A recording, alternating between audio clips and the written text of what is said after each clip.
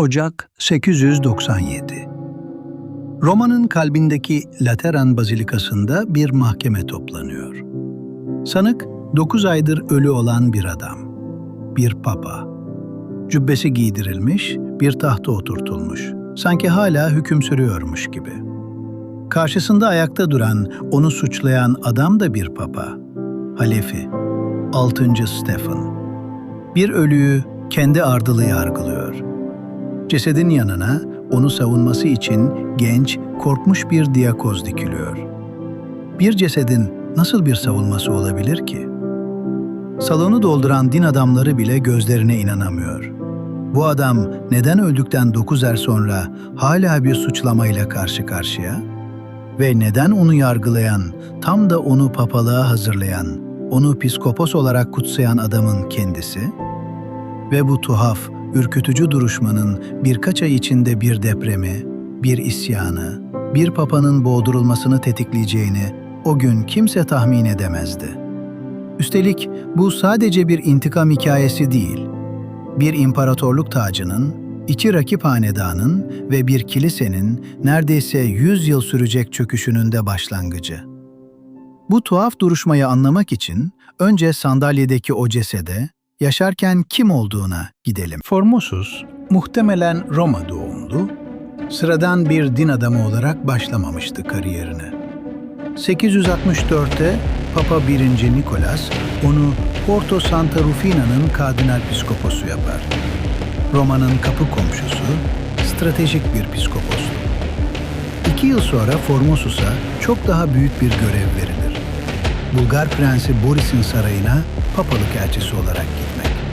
Öyle başarılı olur ki Boris, Roma'dan resmen onu Bulgaristan'ın başpiskoposu yapmasını ister. Nikolas bu talebi reddeder. Ama Formosus'un yıldızı artık parlamaktadır. Aslında bu sıradan bir dini görev değildir. Boris, Bulgaristan'ı Hristiyanlığa yeni kazandırmıştır ve şimdi kilisesinin Konstantinopolis'e mi, Roma'ya mı bağlanacağına karar vermeye çalışmaktadır. Formosus'un başarısı, koca bir ülkenin siyasi yönünü değiştirebilecek bir kozdur. Sonraki 10 yılda 2 kez daha Fransa'ya elçi olarak gönderilir. Kilisenin en güvenilir diplomatlarından biri haline gelir. Ama 876'da her şey değişir. Yeni Papa 8. John, Formosus'a güvenmez olur. Muhtemel neden, bir imparator taç giyme töreniyle ilgili bir anlaşmazlık. Formosus, papalık makamına göz diktiği ve makamı yıkmak için komplo kurduğu suçlamasıyla piskoposluğundan azledilir ve aforoz edilir. 9. yüzyıl papalığında bu tür suçlamalar aslında hiç de nadir değildir. Rakip fraksiyonlar birbirini benzer gerekçelerle harcar. Ama Formosus için bu sadece bir başlangıçtır. Bir zamanların yıldız diplomatı artık kilisenin gözünde bir haindir. 878'de affedilir ama tek bir şartla, bir daha asla Roma'ya ne piskopos ne papa olarak dönmeyecektir. Bu yemin 20 yıl sonra onun cesedine karşı kullanılacak suçlamalardan biri olacaktır. Ama Formosus döner. 883'te yeni papa 1. Marinus onu affeder ve eski piskoposluğuna Porto Santa Rufina'ya iade eder. Yemin sanki hiç edilmemiş gibi unutulur. 8 yıl sonra bu bir zamanlar aforozlu adam kilisenin en yüksek makamına oturacaktır. 6 Ekim 891. Formosus Papa seçilir. Artık 75 yaşındadır. Kilisenin en tecrübeli, en dolaşmış diplomatlarından biri. En yüksek makamdadır. Ama Roma'nın kapısında zaten bir güç bekliyordu. Spoleto Dükü 3. gün. Bu, yıllardır İtalya'nın tacı için rakibi Friuli Dükü Berengar'la mücadele etmektedir. Roma'nın desteğini kazanan taraf, tüm Yarımada'nın efendisi olacaktır. Ve Formosus, tam da bu kavganın ortasında papa seçilmiştir. Nisan 892'de Louis'in destekçileri Formosus'u köşeye sıkıştırır. Henüz bir çocuk olan oğlu Lambert'i ortak kutsal Roma İmparatoru olarak taçlandırmaya zorlarlar. Formosus boyun eğer. Ama gönülsüzdür. 8 ay sonra genç Lambert tahtta annesinin gölgesinde kalır. Agiltrud. Agiltrud, Karolinj hanedanına şiddetle karşı kararlı ve acımasız bir naiptir. Roma'nın gerçek gücünü artık o elinde tutmaktadır. Formosus için sorun netleşir. Spoleto hanedanının bu denli güçlenmesine izin mi verecek, yoksa bir karşı ağırlık mı bulacaktır? Formosus gizlice harekete geçer. Doğu Frank kralı Arnulf'a mektup yazıp onu İtalya'ya, Spoleto'ya karşı davet eder. Arnulf'un kendi meşruiyeti de tartışmalıdır. Karolinj hanedanının gayrimeşru bir kolundan gelir. Bir papa tarafından taçlandırılmak, onun için sadece bir tören değil, iddiasını sağlamlaştıracak bir kanıttır. 894'te de Arnulf ilk seferine çıkar. Po Nehri'nin kuzeyindeki toprakları ele geçirir. 895 sonbaharında ikinci, daha büyük bir seferle yeniden yola çıkar. Şubat 896'da Roma surlarının önündedir. Agiltrud kente kapanmış, direnmeye hazırlanmıştır. Ama Arnulf'un ordusu kente girmeyi başarır. 22 Şubat 896. Formosus'un elleriyle Arnulf, Kutsal Roma İmparatoru olarak taçlandırılır. Formosus'un kumarı en azından o an için işe yaramış gibi görünür. Ama zafer uzun sürmez. Yeni imparator Spoleto'yu kuşatmak için yola çıkar. Ama yolda felç geçirir. Sefer yarım kalır, ordu geri çekilir. Formosus'un koruyucu kalkanı bir anda ortadan kalkar. Kısa süre sonra 4 Nisan 896'da kendisi de ölür. Geride bıraktığı şey bir miras değil, çözülmemiş bir güç boşluğudur. Ve bu boşluk birkaç ay içinde onun cesedini bir mahkeme salonuna taşıyacaktır. Formosus'un ölümüyle Roma bir anda liderliksiz kalır. Yeni seçilen Papa 6. Bonifaz göreve başlar başlamaz hastadır. Muhtemelen gut hastalığından. 15 gün sonra ölür. Kilise tarihinin en kısa papalıklarından biridir. İlginç bir ayrıntı. Bonifaz bu göreve gelmeden önce ahlaki gerekçelerle 2 kez rütbesi indirilmiş biriydi. O dönemin kilise kadrosunun ne kadar istikrarsız olduğunun küçük ama çarpıcı bir kanıtı. Arnulf felçli, ordusu geri çekilmiş haldeyken, Roma'da Spoleto fraksiyonu, Agiltrude ve genç Lambert, hızla yeniden güç kazanır. Mayıs 896'da bu ortamda 6. Stephen Papa seçilir. Stephen'ın Formosus'a neden bu kadar öfkeli olduğu tam olarak bilinmiyor. Bazı tarihçiler bunun Lambert'in kendisini taçlandırmayı reddedip Arnulf'u seçen Formosus'a duyduğu intikam olduğunu düşünür. Ama modern araştırmalar bu teoriyi zayıflatıyor. Çünkü birkaç yıl sonra sinodun iptalini bizzat Lambert onaylayacaktır. Belki de Stephen'ın kendi meşruiyet kaygısıydı sorun. Onu piskopos yapan bizzat Formosus'tu ve kilise hukukuna göre bu atama tartışmalı bir zeminde duruyordu. O dönemin kilise hukukunda bir piskopos, kendi bölgesine adeta evlilikle bağlıydı. Başka bir bölgeye geçmek, ikinci bir evlilik yapmak kadar kabul edilemez sayılırdı. Formosus tam olarak bunu yapmıştı. Önce Porto piskoposu, sonra Roma'nın papası. Kesin sebep her ne olursa olsun Stephen bir karara varır. Ölü bir adamı mezarından çıkarıp yargılayacaktır.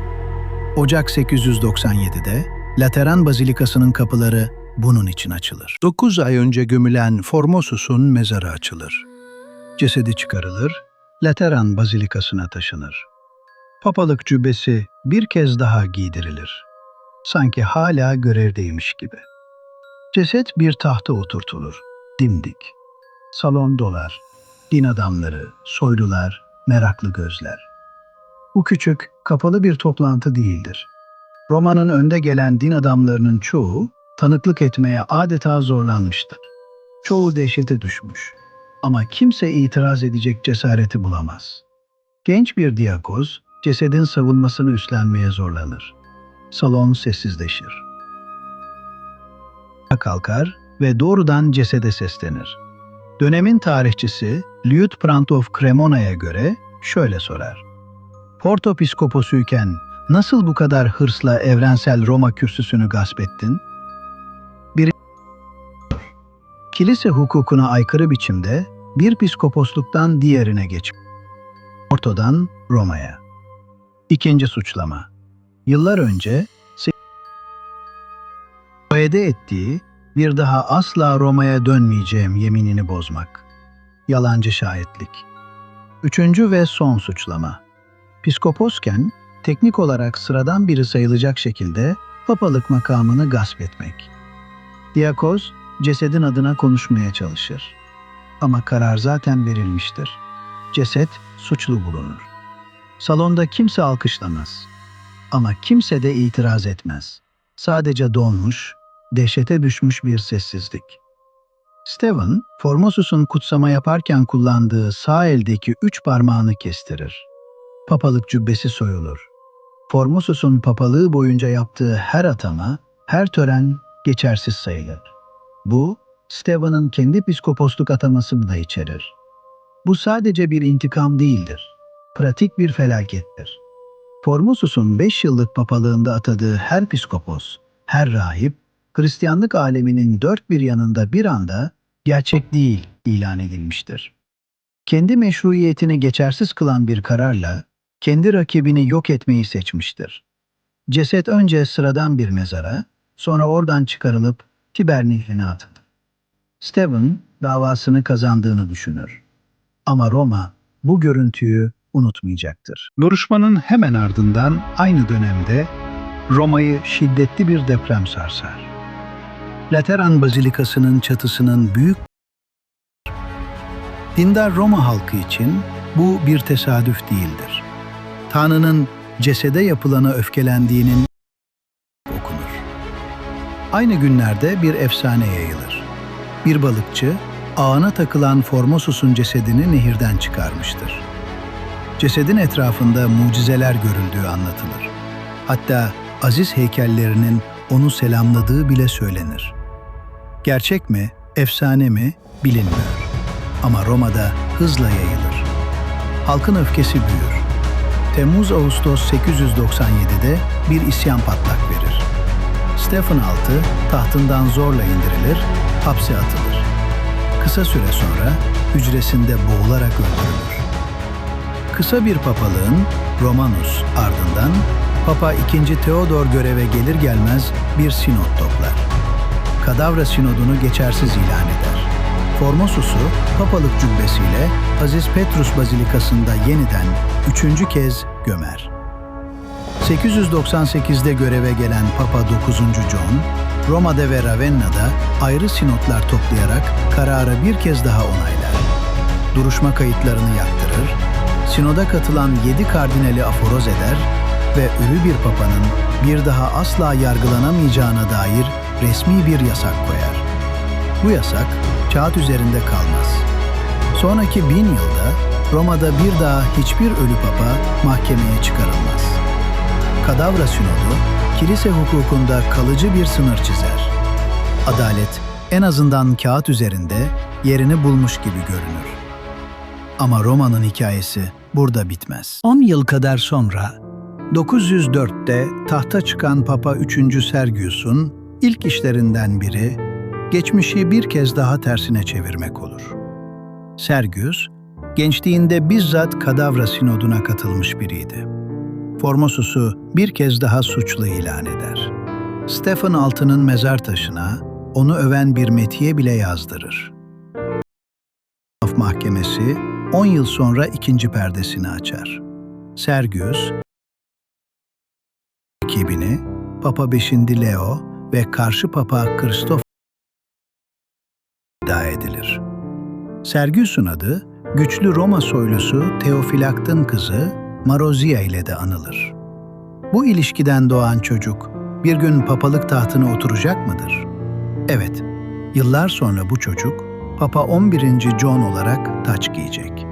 Ve Marozia'nın kendisi bir gün kendi oğlunu bile hapse attıracaktır. Ama bu bambaşka bir hikaye. Tarihçiler bu dönemi Saeculum Obscurum karanlık yüzyıl olarak adlandırır.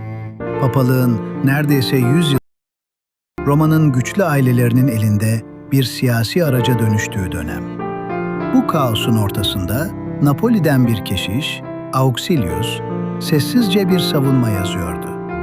Formosus'un yaptığı atamaların, kişisel itibarından bağımsız olarak geçerli sayılması gerektiğini savunan bir risale. Bu tartışma, kilisenin sonraki yüzyıllarda benimseyeceği bir ilkenin temelini atar. Bir ayinin geçerliliği, onu yapan kişinin kişisel değerinden bağımsızdır. Formosus'un cesedi, uzun süre önce Tiber'in sularına karışmıştı. Ama bıraktığı soru, bir gücün meşruiyetini kim, hangi kurala göre belirler, yüzyıllar boyunca yankılanmaya devam etti. Bazilikasının taşları arasında o Ocak gecesinin hiçbir izi yok. Ama kayıtlar hala orada. Stephen VI, bir ölüyü yargılayarak, yoksa başka birinin elinde bir araç. Kaynaklar, tıpkı 900 yıl önce olduğu gibi, bugün de kesin bir cevap vermiyor. Ekim tarihte bir sonraki hikayede görüşmek üzere.